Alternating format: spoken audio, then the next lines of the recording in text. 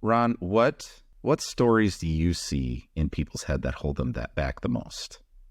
What I notice working with folks, right, is they have this story and they made it up somewhere when they were really young, right? That they're not enough. Or there's versions of that, like I'm not enough, or I'm not smart enough, all right, not fast enough, not strong enough, not I didn't come from the right family or the right state or the right city or the right whatever it is. They have this space that it's like they have a story that they're not enough in some way, and that it's fixed and permanent. Like that is fixed and permanent inside of them, right? And the space of letting them discover, helping them to discover that that's just a story they made up. That we are as plastic as a organism as we know of in the universe, and we can modify and change and create ourselves to all different spaces. Now, the beauty is we can do that.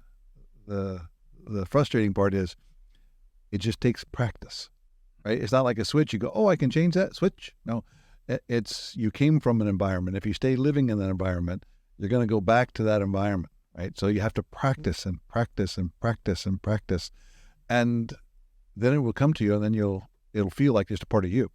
To be able to talk about your fears, to be vulnerable, to share that space, to notice that other people have fears too.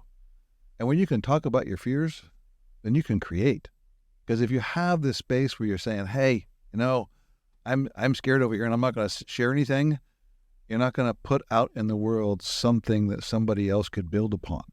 You're not going to put out what you may say, well, that's not a very bright idea. I won't put it out there.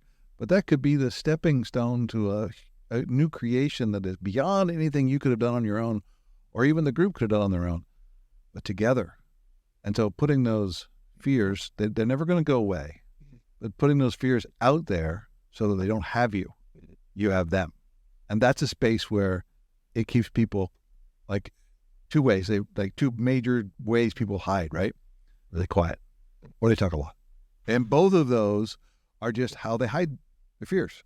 When they're out there and they're talking all the time, they're going on, and you listen to them, they're not really talking about anything about them. They're just talking about everything else outside of them. But we're going to say, no, I can remember when I failed at doing this. I ran this experiment and I failed. And you know what the results were? I got fired. And that's what happened. And you go, it didn't work out perfect? No, but I'm still here. And I learned from it. And I'm getting better. And I'm still making those experiments. I'm still trying it. People are like, oh, that's me. And now we start to drop all of our shields down. And that's the story that we all have in our head.